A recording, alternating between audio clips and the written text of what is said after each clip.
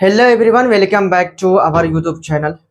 उम्मीद है कि आप थंबनेल पर देख करके ही आए होंगे कि आज हमें कौन कौन सा टॉपिक को कवर करना है। आज का हमारा जो टॉपिक है सांद्र अम्ल, तनु अम्ल, सांद्र भस्म, तनु भस्म, ये टॉपिक को कवर करना है। और इस बात को ध्यान रखना, ये जो टॉपिक है सिर्फ 10 के लिए इम्पोर्टेंट नहीं है, 10 में भी इसका यूज होता है और साथ में जब आप आईएएससी करेंगे तो वहाँ भी इसका इस्तेमाल है। चाहे आप जिसका भी तैयारी करें वहाँ पे आपको ऐसे वर्ड मिलेंगे। तो आइए हम समझते हैं।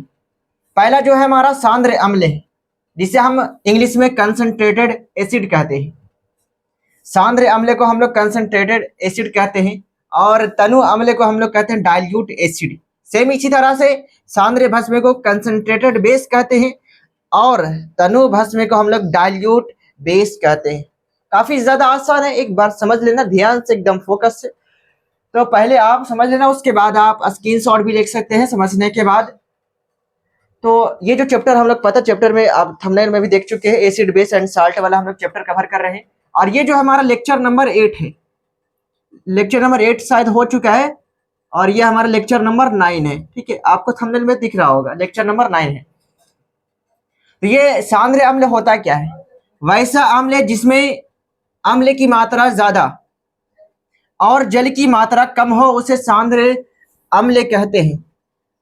कि वैसा अम्ल जिसमें अम्ल की मात्रा ज्यादा हो और जल की मात्रा कम हो, उसे हम सांद्र अम्ल कहते हैं। इस बात को ध्यान रखना, जिस भी आपका सॉल्यूशन हो या फिर जो भी चीज हो, वहां पे अगर एसिड की बात हो रहा है और उस एसिड में पानी भी मिलाया हुआ है, लेकिन पानी का अमाउंट कम है और एसिड का अमाउंट ज्यादा है, तब हम कहते हैं कि एसिड जो हमारा है वो कंसंट्रेटेड एसिड है। ठीक है, उम्मीद है समझ गए होंगे।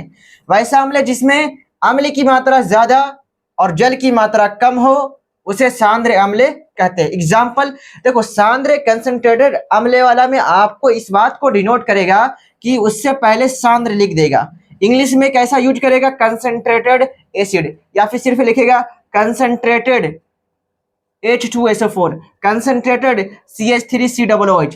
अगर ऐसा लिख दे कि सांद्र H2SO4 को डिफाइन करो, तो इस तरह इसको कैसे डिफाइन करेंगे? तो इसको इस तरह से बोलना। सांद्र के केस में क्या होता है आप समझ चुके कि सांद्र में होता है क्या, वहां पे अम्ल की मात्रा ज्यादा और जल की मात्रा कम है। अगर सांद्र H2SO4 का मतलब पूछे तो इसका मतलब क्या बताना है? सांद्र H2SO4 का मतलब हमें यह बताना है कि इसमें, इस सॉल्यूशन में या फिर इसमें H2SO4 का अमाउंट ज्यादा है और वाटर का अमाउंट कम है। सेम इसी तरह से सांद्र CH3COOH का क्या मतलब हुआ? सांद्र CH3COOH का मतलब ये हुआ कि CH3COOH जो हमारा एसिटिक एसिड है, इसकी अमाउंट ज्यादा है और उसमें पानी काफी कम मिलाया हुआ है। ऐसा समझना कि हमारा अगर सॉल्यूशन है 100% का, तो इसमें हमारा 80% 90% हमारा एसिड है और बाकी जो बच गया वो हमारा वाटर है। इस बात को समझ गए होंगे। ठीक है, इसका जस्ट उल्टा कर देंगे हम। तनु अम्ल, तनु को हम लोग डाइल्यूट कहते हैं। डाइल्यूट का मतलब होता है कम। अब यहाँ पे अम्ल बोला मतलब कि डाइल्यूट एसिड मतलब कि अम्ल कम होगा, कंसंट्रेटेड एसिड मतलब अम्ल ज्यादा होगा। तो वैसा अम्ल जिसमें अम्ल की मात्रा कम और जल की मात्रा ज्यादा हो, उसे तनु अम्ल कहते हैं। मतलब कि जिस सॉल्यूशन में या फिर जिस अम्ल की बात कर, अगर कहीं पे वर्ड इस्तेमाल कर दे डाइल्यूट एसिड, डाइल्यूट एसिड का क्या मतलब समझना है कि जो डाइल्यूट एसिड का मतलब कि उस सॉल्यूशन में या फिर उसमें जल की मात्रा ज्यादा है और अम्ल की मात्रा कम है। डाइल्यूट में अम्ल की मात्रा कम और जल की मात्रा ज्यादा है। तो वैसा अम्ल जिसमें अम्ल की मात्रा कम और जल की मात्रा ज्यादा हो, उसे तनु अम्ल कहते हैं। मान लिया जाए कि हमारा एक डब्बा में तुम्हें एसिड दे दिया गया है। मान लिया जाए एसिड हमारा तनु HCl है।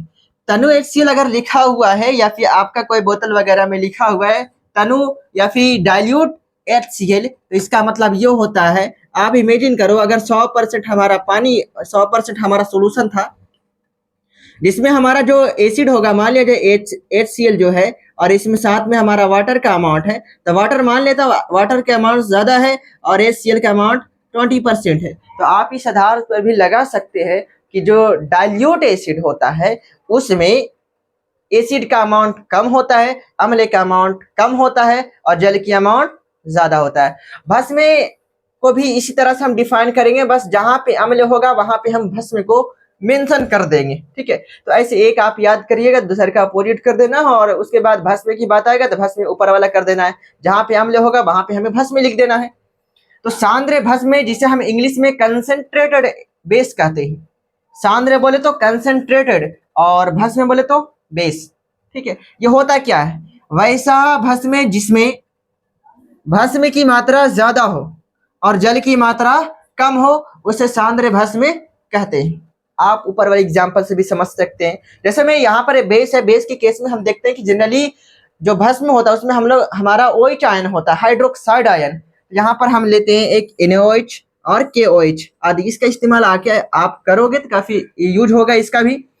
सांद्र NaOH का क्या मतलब हुआ, सांद्र NaOH का मतलब ये हुआ कि इसमें भस्म जो है NaOH, इसकी मात्रा ज्यादा है और इसमें पानी कम मिलाया हुआ है। वैसा भस्म जिसमें भस्म की मात्रा ज्यादा और जल की मात्रा कम हो, उसे सांद्र भस्म कहते हैं। अगर मैं पूछ दूं आपसे कि सांद्र KOH का मतलब क्या होता है, अगर डायरेक्ट मैं तुमसे सवाल पूछ देता हूं तो आप ये बोलोगे सांद्र KOH का मतलब ये हुआ कि उसमें पानी का अमाउंट KOH की अपेक्षा कम है, मतलब पानी काफी ज्यादा कम है और KOH ज्यादा है। तो उसके बाद है हमारा तनु भस्म, इसका जस्ट उल्टा कर देंगे, वैसा भस्म। तनु भस्म को इंग्लिश में क्या कहते हैं, डाइल्यूट बेस। इसे हम कैसे डिफाइन करेंगे, तो वैसा भस्म जिसमें भस्म की मात्रा क्या हो, कम हो, वैसा भस्म जिसमें भस्म की मात्रा कम हो और जल की मात्रा क्या हो, ज्यादा हो, उसे हम कहते हैं तनु भस्म। एग्जाम्पल क्या है, आप एग्जाम्पल मेंशन कर सकते हो। तनु वाला केस में ध्यान रखना कि उससे पहले तनु लिखेगा जो भी भस्म होगा। अगर इसी को मेरे को कम करना है तो यहाँ पे तनु भस्म लिख देंगे, तो तनु भस्म अगर इस पर लिख दूं मैं, ठीक है,